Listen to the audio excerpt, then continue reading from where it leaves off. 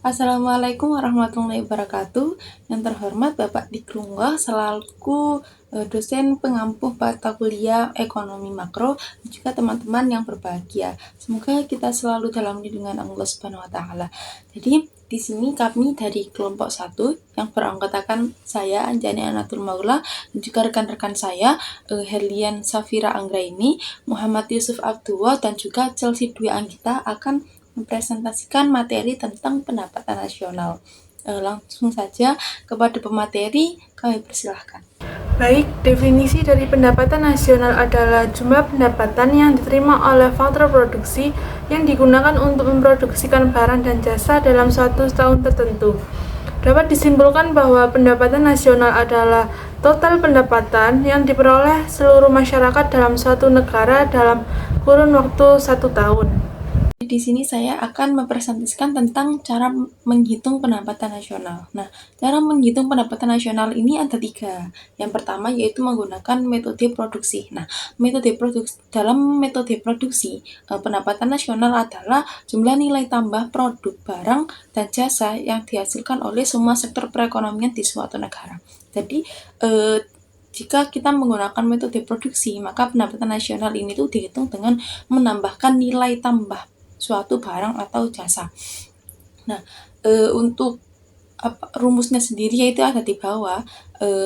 Unit 1 atau harga unit 1 ditambah nilai tambah unit 2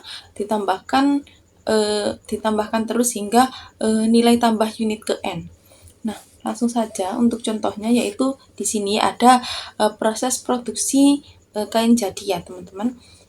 Nah, di sini tuh dengan menambahkan nilai tambah, maka untuk mencari nilai tambah benang itu tuh maka dicari selisihnya dengan kapas. Karena apa? Karena di dalam benang itu ada kapas. Jadi dicari selisihnya aja dulu. Cari selisihnya. Seperti itu, ada benang ini kan 20.000, lalu kapas ini 10.000, maka nilai tambah dari benang ini adalah 10.000. Seperti itu, teman-teman. Lalu dicari lagi kain, itu nilai tambahnya 30.000, dari 50 dikurangi 20, lalu ada kain jadi itu nilai tambahnya 40.000, dari 90.000 harga kain jadi dikurangi harga kain 50.000. Lalu di total tadi yang pertama itu kapas, yang pertama itu kan harga barang pertama ya, yaitu kapas tuh ditulis saja kapas nih, harga kapas 10.000 ditambah nilai tambah benang 10.000, nilai tambah kain 30.000 dan ditambah nilai tambah kain jadi itu adalah pakaian jadi adalah 40.000, maka totalnya yaitu 90.000. Lalu selanjutnya untuk metode yang kedua yaitu metode pendapatan. Nah, dalam metode pendapatan nasional adalah jumlah pendapatan yang diterima oleh seluruh sektor perekonomian dalam suatu negara dalam jangka waktu yang biasanya 1 tahun. Nah, jadi dalam metode pendapatan ini yang dihitung adalah jumlah pendapatan. Nah, apa aja pendapatan ini? Ini adalah ada sewa atau rent, lalu ada upah atau wage, lalu ada bunga atau interest, dan juga ada laba atau profit. Nah, untuk rumusnya itu yang ada di bawah, yaitu Y sama dengan rent ditambah wage ditambah interest dan juga ditambah profit. Untuk contohnya, nah di sini ada data ya pendapatan yang diperoleh masyarakat dalam suatu perekonomian. Nah, di sini tinggal ditambahkan aja pendapatannya, yaitu ada rent atau sewa. Sewanya di sini itu yang saya garis nomor 2, lalu ada wage atau upah yang pertama di garis, lalu ada interest atau bunga. Itu ya bunga modal yang 3.500.000, lalu ada profit atau laba itu keuntungan yaitu 12 juta. Lalu tinggal ditambahkan aja seperti itu. Dan totalnya yaitu 39.750. Lalu lanjut untuk metode yang ketiga yaitu metode pengeluaran. Nah, dalam metode pengeluaran, pendapatan nasional adalah jumlah pengeluaran yang telah dipakai oleh seluruh sektor perekonomian.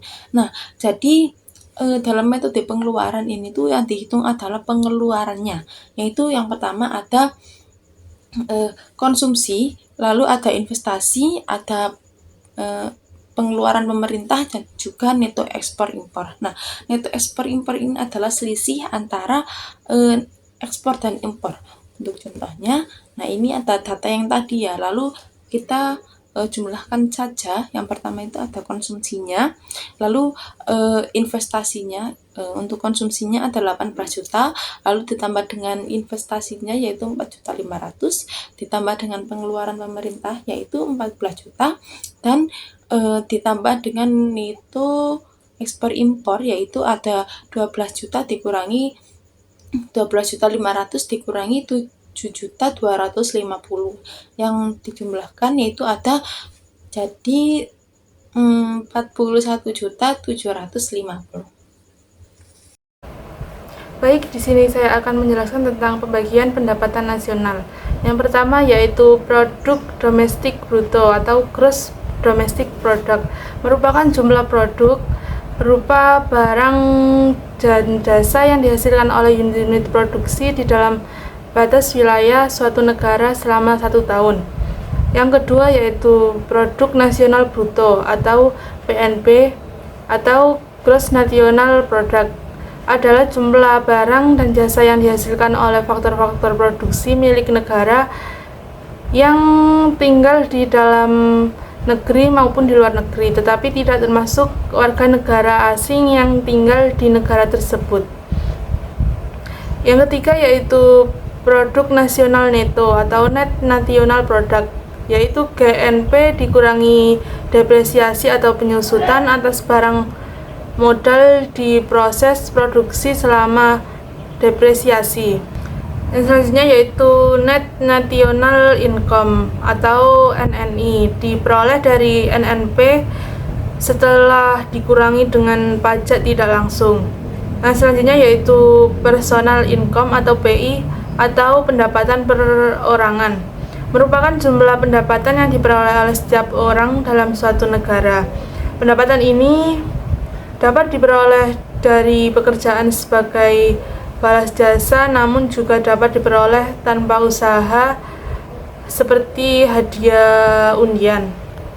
Yang terakhir yaitu pendapatan disposable atau disposable income, adalah pendapatan yang dapat digunakan oleh para penerimanya, yaitu semua rumah tangga yang ada dalam perekonomian untuk membeli barang-barang dan jasa-jasa yang mereka ingin. Menjelaskan manfaat pendapatan nasional, yaitu ada 4.